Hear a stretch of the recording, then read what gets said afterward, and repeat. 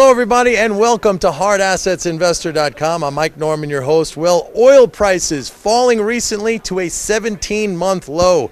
Here to give us his thoughts on that is Dan Dicker, who is a contributor at oilprice.com and, of course, author of Oil's Endless Bid. Nice to see you. Always nice to see you, Dan. Thanks, Mike. So, what's going on? 17-month low. Crude looks really weak. I know lots of commodities under pressure. Is it just a sort of a general macro story now about people not wanting to hold commodities? Yeah, I think that's basically what is going on. I mean, the fundamental picture for oil, I don't think has changed very much at all. There is a demand profile that continues to increase. Not as much as it has previously. I think a lot has been made about sort of a drop in demand, but it hasn't really been a drop in demand. It's been a drop in the acceleration of demand. So, this year we're going to need, 650,000 barrels a day more than we did last year. And the year after that, the EIA is expecting another 800,000 barrels a day of oil than before in 2014. So, we still have a demand profile that's pretty strong. Now, on the supply side, we've definitely had a greater increase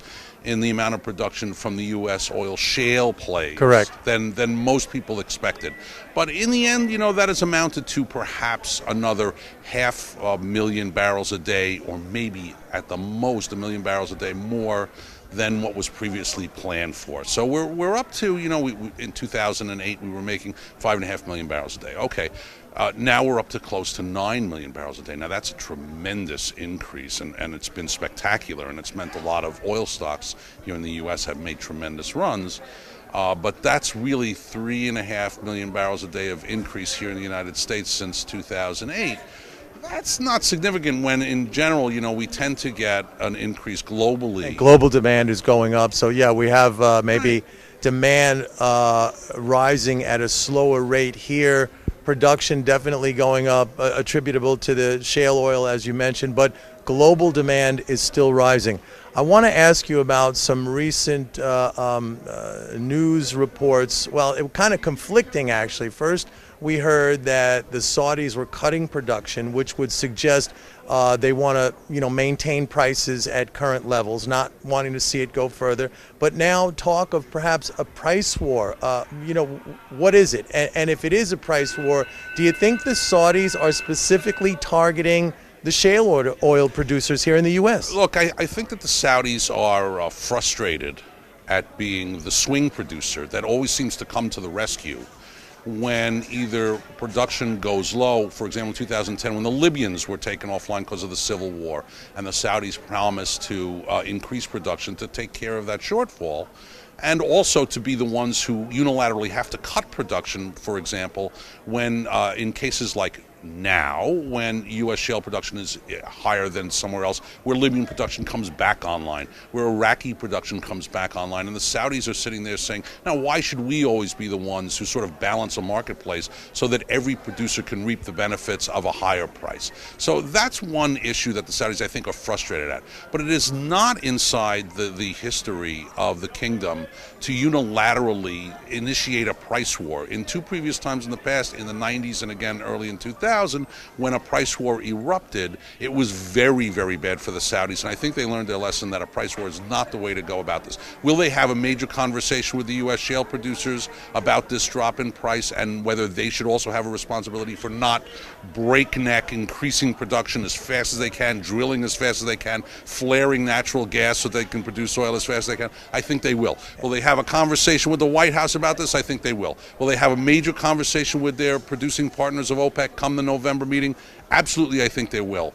But is there a price war going on, and is it Saudi-inspired? I don't think that's what's happening. I can remember back in the mid-'80s, and I know you and I were both members down here at the NYMEX Oil Traders, when they did sort of instill some discipline in the marketplace. Right. They crashed the price down to single digits. In fact, I remember standing in the oil pit watching $9.75 a barrel get traded. And I think that at that time it was directed at the North Sea producers, Britain and Norway, correct? So they have that possibility of doing it. And not only do they have the possibility, they know they will win. That's not really an issue. What is at issue is whether they can maintain a steady price for oil without enormous volatility on both sides, while maintaining their own market share.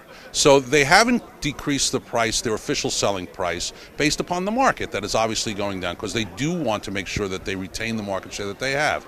But whether they haven't cut production, that's really a canard that most of the analysts haven't seen. They have cut production. 300,000 barrels in August, and again, I think at this OPEC meeting coming up, they will deeply discuss a production cut. I think you just pointed out the mechanism of how Saudis price, and I think most people have the wrong impression of this. They set price and they allow output to adjust to that price. So, the oil customers of the Saudis could buy as much oil as they want at the posted price. They'll just allow production. So most people look at it, oh, they cut production, but you said it correctly. They set the price at current levels, and we see the production fluctuate afterwards to adjust to that price. That's basically right, but the important thing to remember is that the Saudis cannot stand alone when a global marketplace is moving, and their OSP has to represent the global marketplace at certain times. Otherwise, customers ask, why?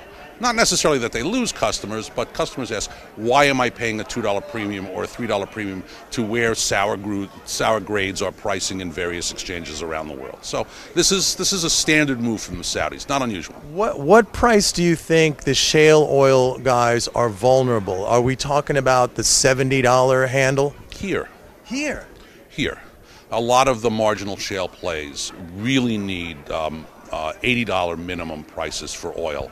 And for a lot of these oil producers that are not hedged into forwards, some are, that are not hedged into forwards and have deeply leveraged balance sheets and need to produce oil at a certain price in order to pay off those notes that they had to spend for exploration into very expensive shale plays, both buying the leases and producing out of those leases.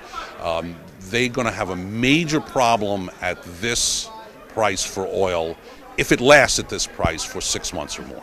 So in general, it's usually a good idea if a commodity price comes down to around the cost of production, you want to start accumulating it, at least given that we won't have some sort of a price war with the Saudis. Would that be kind of your longer term outlook? Unless this is a canary in the coal mine, unless oil is telling us that there's a major recession due for the European Union, or there's a major bubble about to burst in China.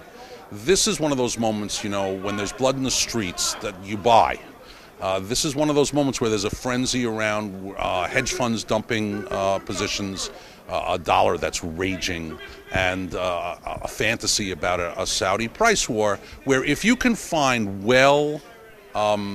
financed, solid balance sheet U.S. oil companies, you're going to buy them at deep, deep value over the long haul. This is a time to be buying. Got it. Thank you very much, Stan. Always a pleasure. That's it for now, folks. This is Mike Norman saying see you next time. Bye-bye.